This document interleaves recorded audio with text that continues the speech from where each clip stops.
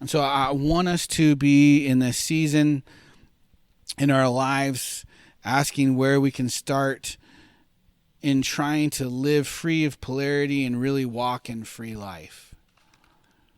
And I think there's an easy place to start. I know, again, we're living in really different times. And for lots of people, it's scary, and we don't really know how everything's going to play out. But I believe this gives us, even what we're facing right now with this crisis, it gives us a chance to walk out really living in freedom and in life. Because I've been listening to conversations out there, and I think we probably have a real practical place to walk this out, even in the crisis right now. And undoubtedly, many of you have formed your own thoughts and feelings on this whole situation, right? On the coronavirus and everything about it. And the reality is you've formed those opinions the way we all do any of the opinions we form. I think we all have sources and we have flows of information that we've deemed reliable and trustworthy that helps us form opinions. And so that's friends or news outlets, podcasters, bloggers, family members, authors, whatever. There's lots of different places that we go to form our opinions and thoughts. And I think the big thing on that is that I don't think there's probably anyone around who's sitting with a totally and completely uninformed opinion on this issue. And so let's be honest also at the same time and admit that we, of course, think whatever opinion we've landed on is the good one. It makes sense to us. It seems good when we're acting according to our good opinion, right?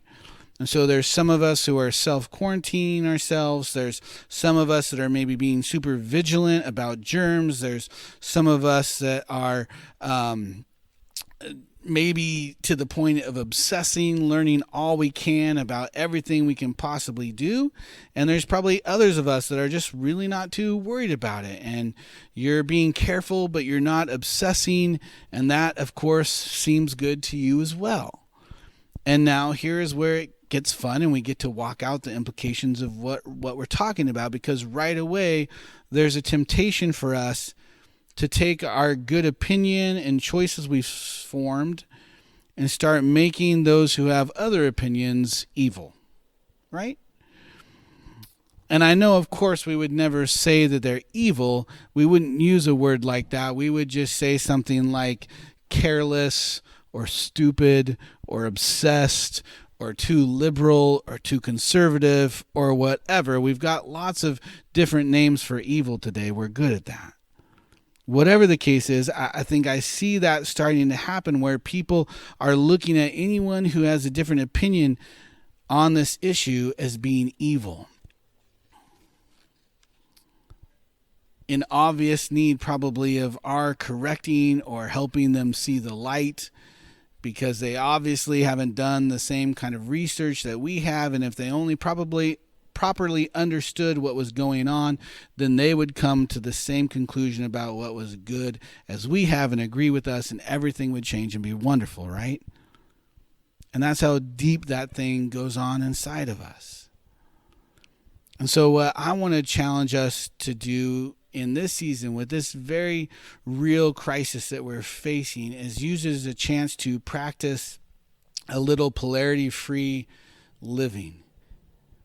What if we try and we ask God to help us just love one another and not look at each other and people that don't have the same opinion as us as evil? What if we respect each other's opinions and actually find a place of discussion and conversation about them where we actually are just simply trying to understand and respect each other? What if in this season we all sought to eat from the tree of life instead of the tree of the knowledge of good and evil? I believe that's what we're called for. I believe if we do that, we'll see real life. I think if we do that, we'll continue to see God as the loving, pursuing Father that he is, inviting us to live in the same kind of polarity-free life that he lives in. And I really believe if we do that, then we will walk in the kind of life together that makes the world take notice. That if we love that way, that will be the kind of love that actually impacts the world. So that's my inspiration to share with you this week. I hope that hits home in some way and encourages you. I want us to be really pressing ourselves in this season to be focused on life, not the opposite of that, not judging for ourselves what good and evil is. Love you guys. I wish you were here so that we could all love on each other after I'm done, but we'll have to do that other ways. So love you, and hopefully see you soon.